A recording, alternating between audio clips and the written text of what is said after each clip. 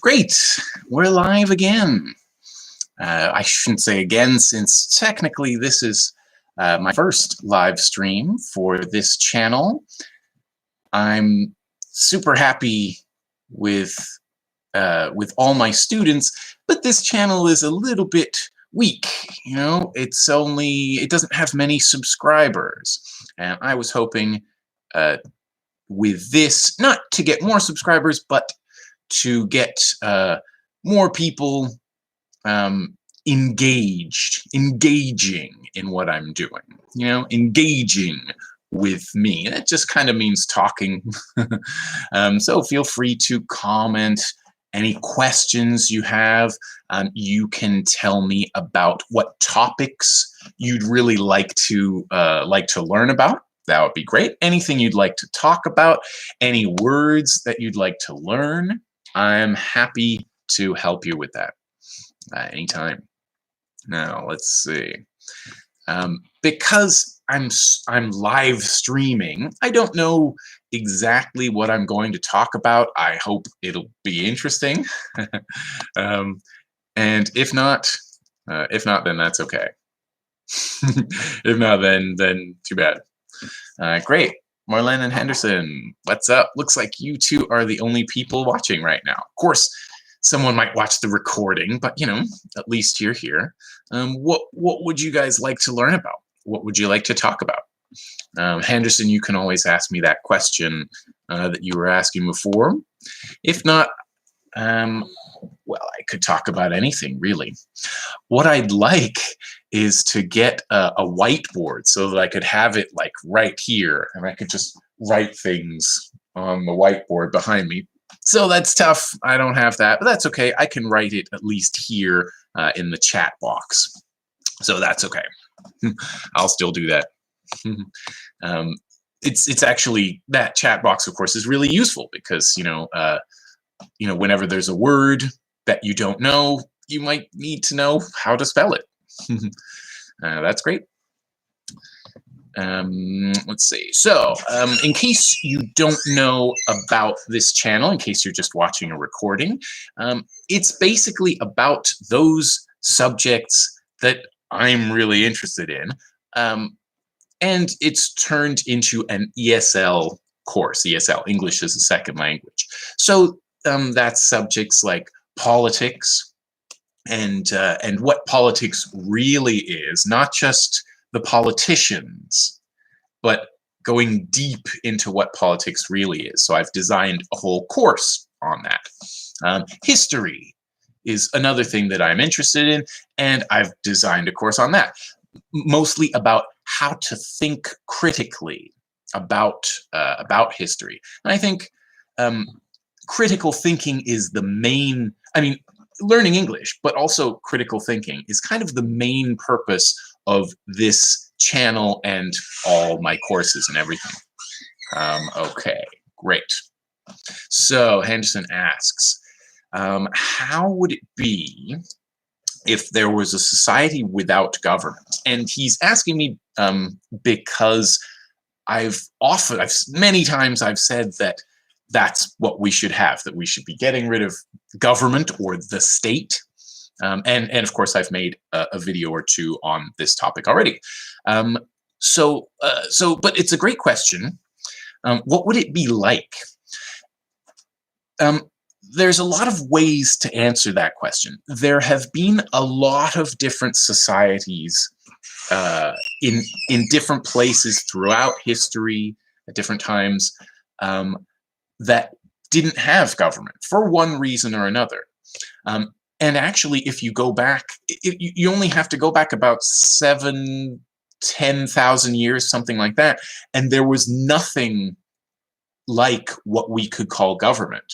So really, it's quite natural for us to not want to be ruled by other people. It's just that in mass societies, mass meaning lots of people, for sure, people think that we need to have someone telling us what to do to keep order.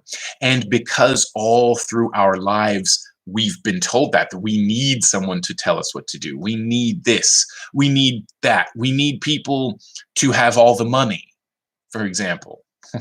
you know, we need people to have all the decision-making power, to be able to make decisions over us. And we kind of just accept it because we don't question it until maybe someone like me comes along. But for most people, someone like me never comes along, or they get ignored. Oh, don't listen to that guy. He doesn't know what he's talking about. So it's very hard to unlearn things like government or capitalism or just school, even just the idea that we need a school. But there are definitely a lot of societies you could learn about, you could read about, and I will make videos on these topics. Definitely, everything we're talking about, I either have a video or we'll make a new one in the future. But there are many societies like that already.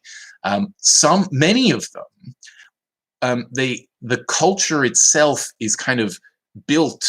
I mean, if you build a culture, it's kind of how it works, but it's complicated. But the culture itself is built or designed in a sense to not accommodate, not let tyrants. I know at least you guys know what a tyrant is. To not let tyrants, to not let tyranny exist at all. So, for example, they might have a bunch of beliefs that, a bunch of beliefs about authority and leaders and so on, that makes them very skeptical of them. Whereas a lot of our beliefs in our mass society is that, we have leaders are good, we need this, we need that. They have like entire belief systems or even religions, kind of a folk religion that with full of like stories maybe about how we once had a king and he was a tyrant and we killed him, something like that. That kind of thing is actually quite common in classless or free societies around the world. That's not necessarily to say that kind of religion or something is necessary to have such a society. It's hard to say what exactly. I think self-defense is one of the most important things, because some people will try to form a government. Some people will try to enslave you. So really you have to defend yourselves. So that's, unfortunately, you could say is another essential quality of society without government. Really, I think it just means, the easiest way to think about it might be just to think that instead of government doing anything, or instead of waiting for people who say they're the ones who are supposed to do this, we do it ourselves. And that's with everything. It would mostly be accomplished through what's called mutual aid. And I'm pretty sure I've talked about this before, but you might not remember, and you might not have seen all my videos anyway.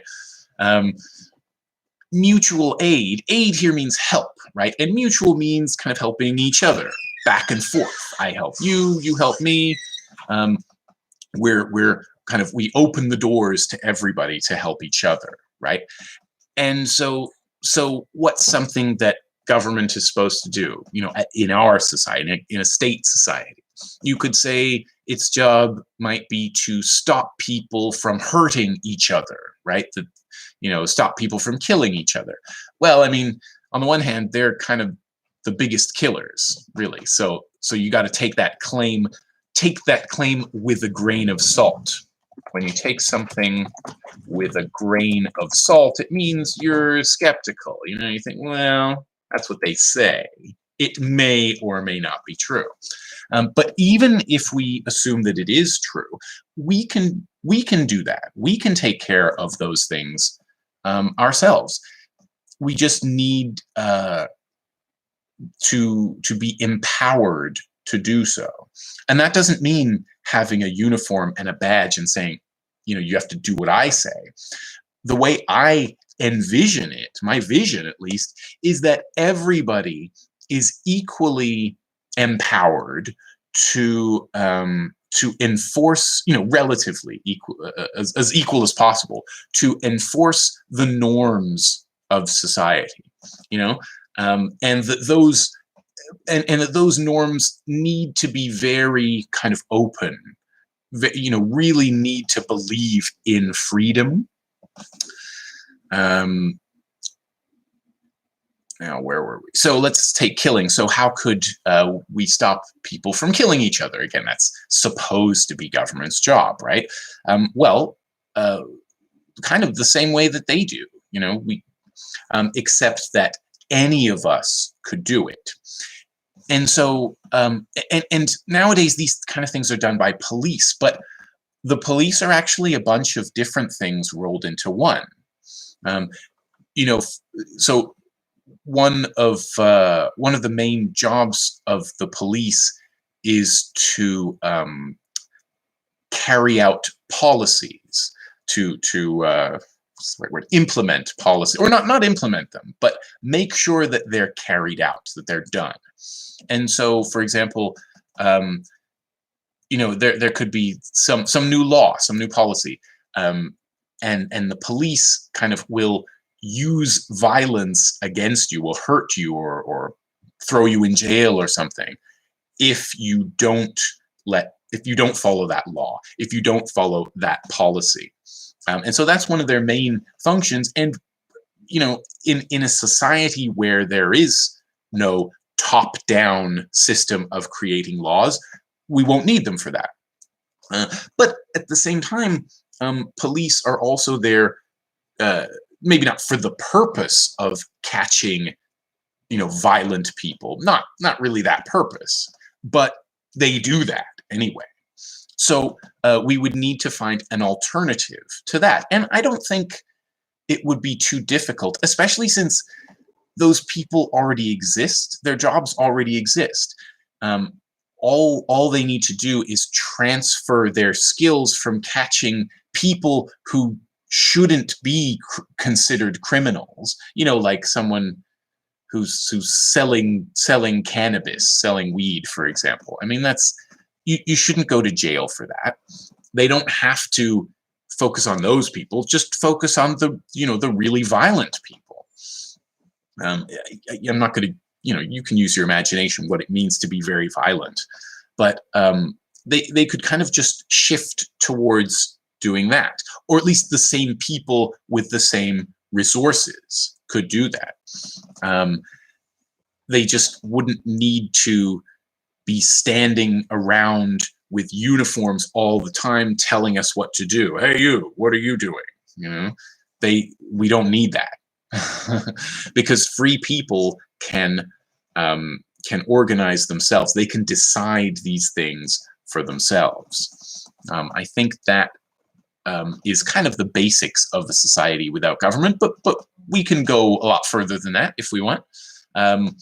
Because, for example, the roads, one kind of a strange objection, but one of the most common objections to proposing eliminating, getting rid of the state or government is, what about roads? What would happen with roads? And the reason I think that's kind of a strange question is that it's kind of the easiest question to answer. How are they built today? Well, government says we want to build roads over there, and they do. Well, why do we have to wait for the government? And at the same time, why do we have to accept government's decision to make roads there? In a lot of cases, they've made, now we look at like a road or a highway and we go, oh yeah, it's good that the government did that. But in a lot of cases, the reason there are roads somewhere is because the government wanted to be able to go to that place and to tell those people what to do and tax them, take from them. And that's often been the case with roads, right? So what if what if those people want to be free and separate, isolated, and they don't want roads towards them?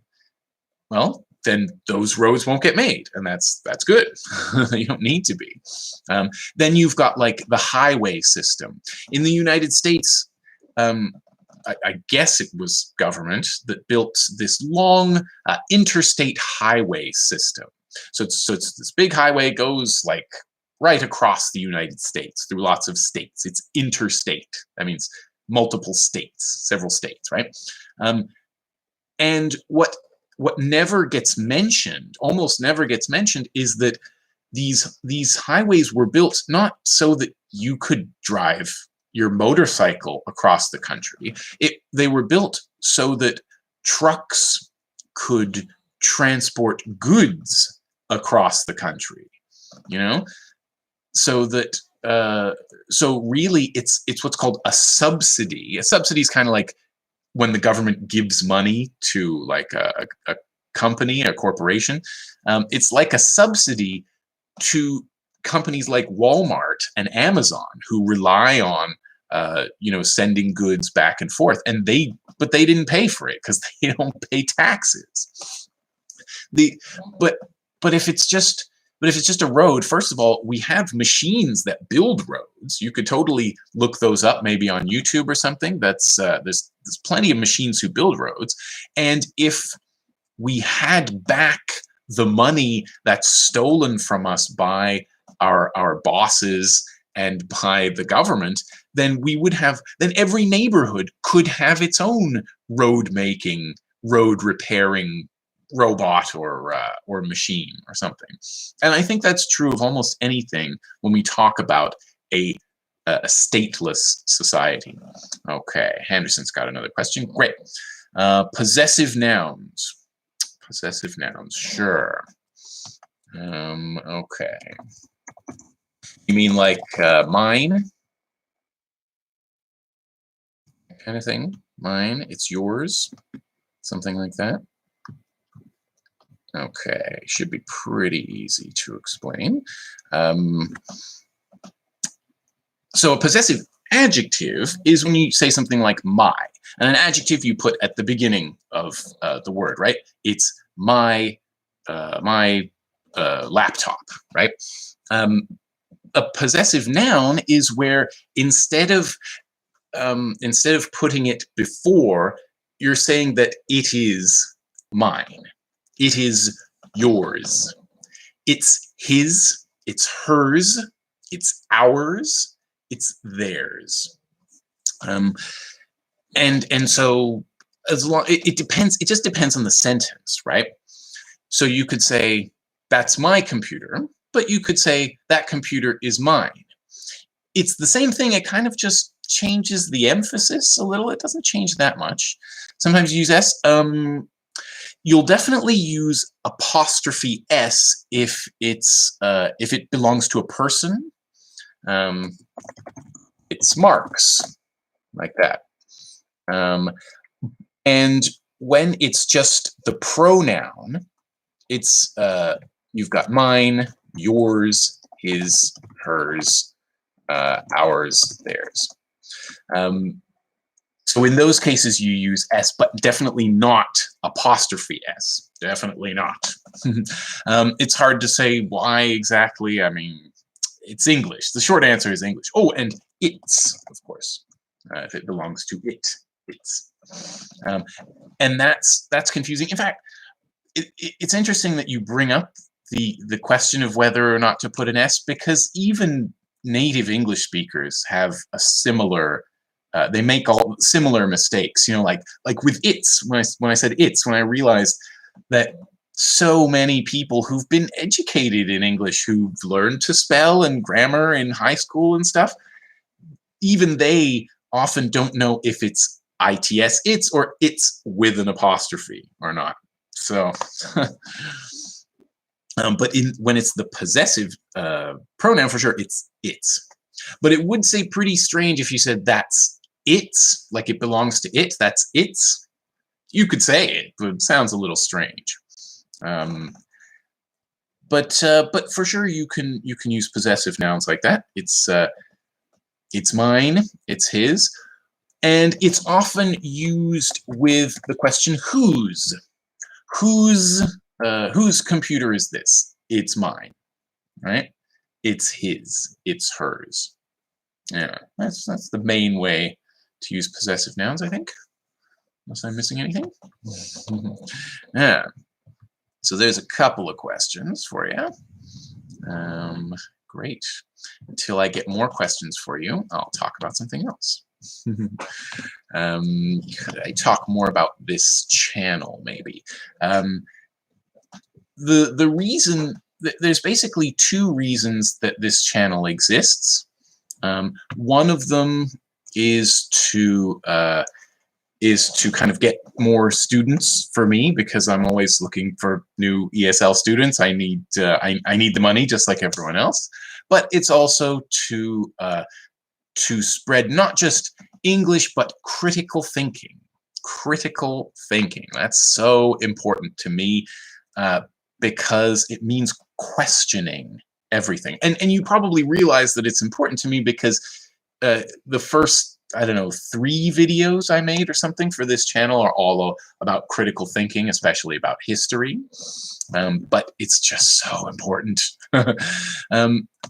I realize almost every day how important it is, because pretty much anything that I don't question, that I don't think critically about, I end up being wrong about, almost everything.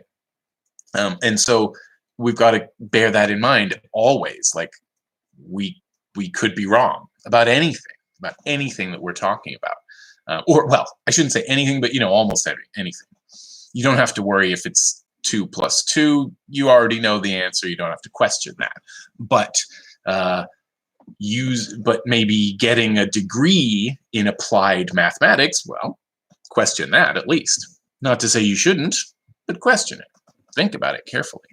I think maybe I first began to learn to question the things that I had been told after a few months of university. Not that I got it from university necessarily, but that I got it from experience. Because for a year, 2 years maybe before that, my parents had been saying, you're going to go into business. You're going to be a business student. And I didn't question that. I said, all right, yeah, sure, that's what I'm going to do. And after a month or 2 of it, I didn't like it anymore. It got kind of boring. I didn't really value what I was learning. A lot of it was economics, and economics is not the same as business. And a lot of it was math, and I'm good at like arithmetic, basic math, but calculus, advanced math, no chance. And that started me questioning things, because at least it's the first time I can remember when I really questioned something, because it was something my parents in their amazing wisdom had suggested for me. Do this, go into this, and I said, and I didn't question it. And then when I realized that from my point of view they were wrong about that, that's when I started to question more things. Then there was the time that I can pinpoint exactly the moment, although I don't remember the date. I can pinpoint the exact moment when I began to question nationalism or patriotism or countries themselves. And that was when a friend of mine, I think I was saying, see, I was being manipulated by the newspapers. There were a bunch of newspapers, there had been recently a bunch of newspaper articles and stuff about Chinese people. It's maybe saying there's all these Chinese immigrants coming, or not even just that. A lot of it was just Chinese restaurants are very unsanitary, that kind of thing. This was about 20 years ago. And I said to somebody from Mexico, I said something like, do you know about the problem with all these Chinese people coming here? And my friend is like, hey, that's not a problem. Okay, that's just bullshit. It's bullshit that someone can draw a huge line on the map and say, this is my country, you're not allowed in, or I get to decide who gets to come in or who doesn't get to come in. And from that moment, like, every year that passed, I started to hate nationalism more and more, and I read about it. I've taken courses on it. And it's funny because my friend who told me that, he won't even remember. I bet he doesn't even remember that conversation. And now that I'm very, very anti-nationalist, he's actually still something of a patriot. He's just kind of against, strict border nationalism or whatever. And good for him. But he's actually kind of a patriot. His comment helped start me on an intellectual journey that's still going on. And I don't know if he even noticed. I'd love to tell him one day, but he doesn't. He doesn't seem to be on Facebook much anymore, so I don't see him. It's too bad, but that's okay. And so, just little incidents like that made me start questioning things.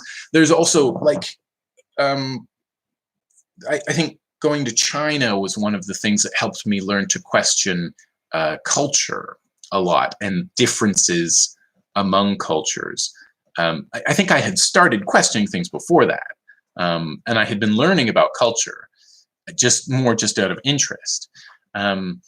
When I went to China, I started noticing little differences that didn't really matter. I just thought were very interesting, that I thought just said to me something like, there's a different way of doing this. There's not only one way, and so you go, oh, okay. So it turns out you can also do this, and in one of my videos called How to Question Social Institutions, I talk about this, and I mention drinking hot water, the fact that many people in China will drink hot water even during even in a hot summer, they'll be drinking hot water. And I went there and I thought that was really strange. But then I almost immediately, kind of for the sake of not having a double standard, the term double standard? For the sake of avoiding a double standard, I kind of immediately thought of where I come from. At the time, at least, I might have said I come from somewhere. I don't usually anymore. But where I come from or whatever, we drink cold water. But everybody drinks cold water, even in cold weather. And this was just strange revelation to me, but all it really was showing me that things can be different. That's all it was. And even that, I didn't mention in the video, but even that you need to think a little critically about. Is it all Chinese people drink hot water and all white people or North Americans or something drink cold water?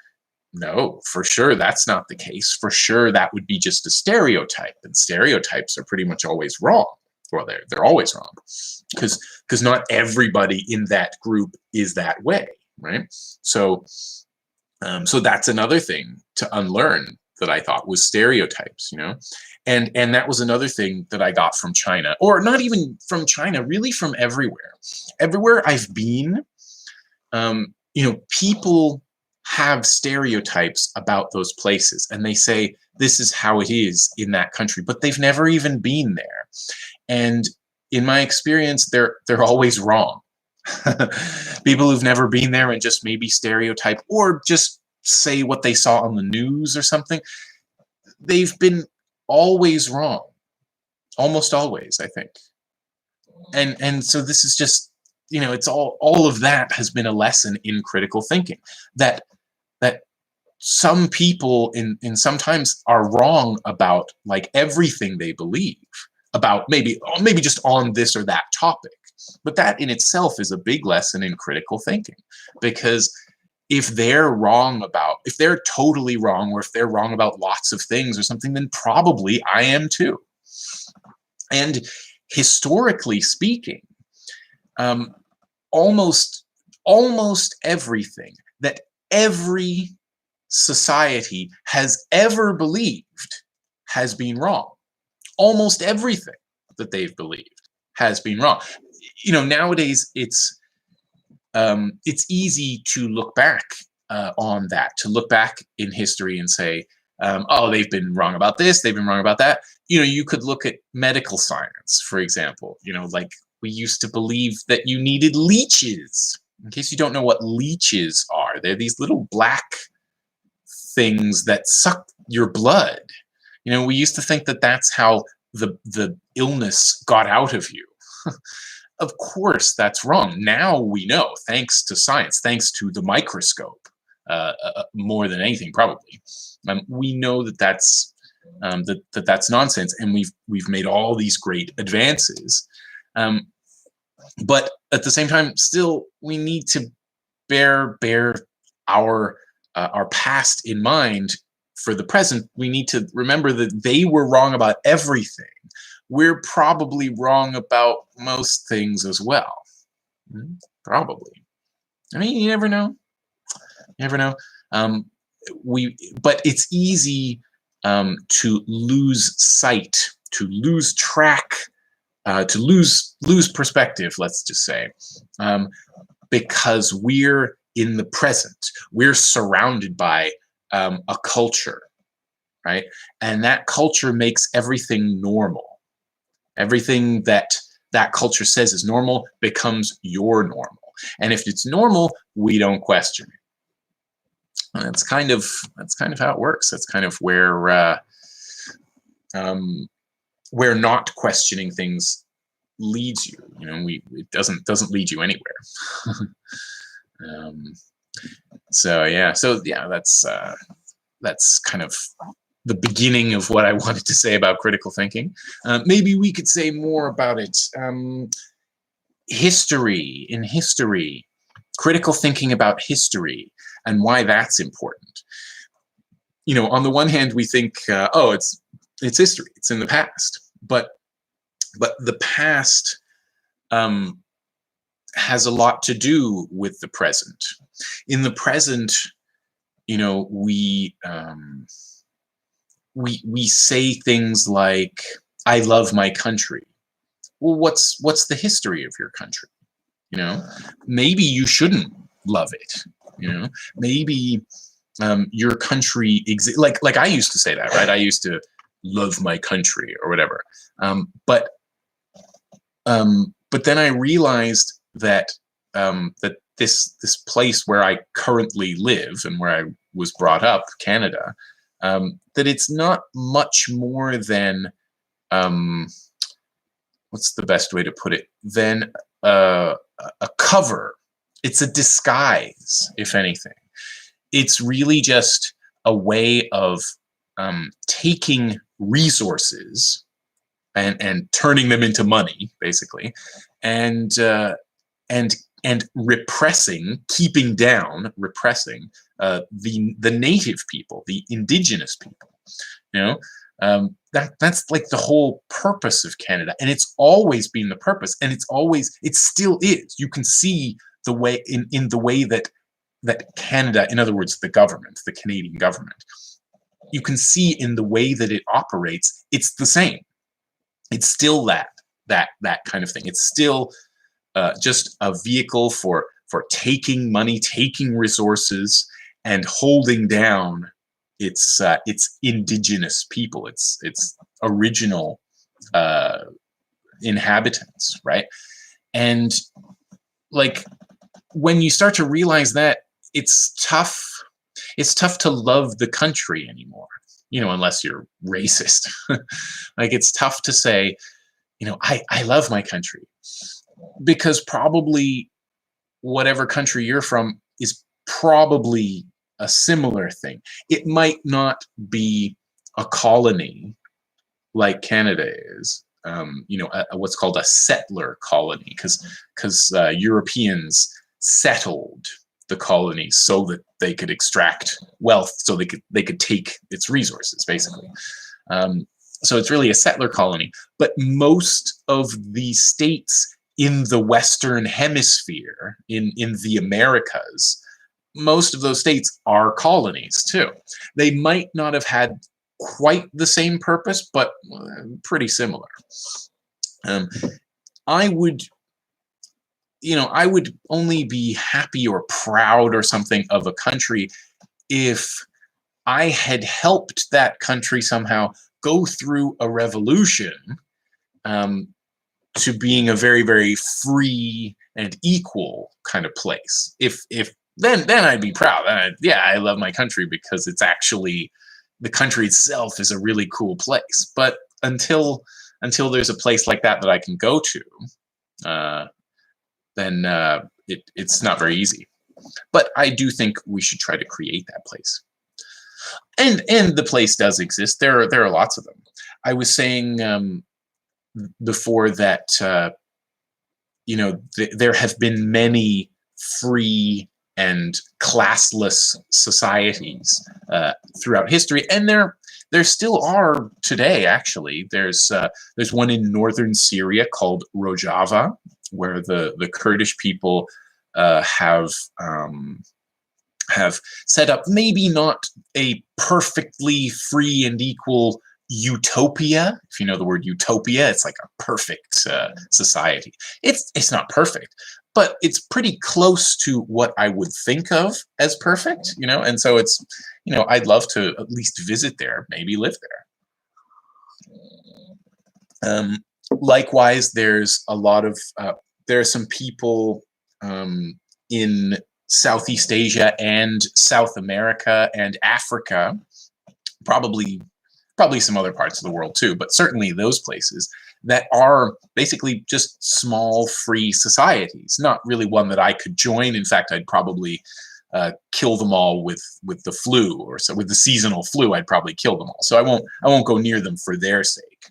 But it would be interesting at least to go and observe and maybe live with them for a little while. Again, I won't for their sake, but it would be cool at least to see what it's like and how they operate.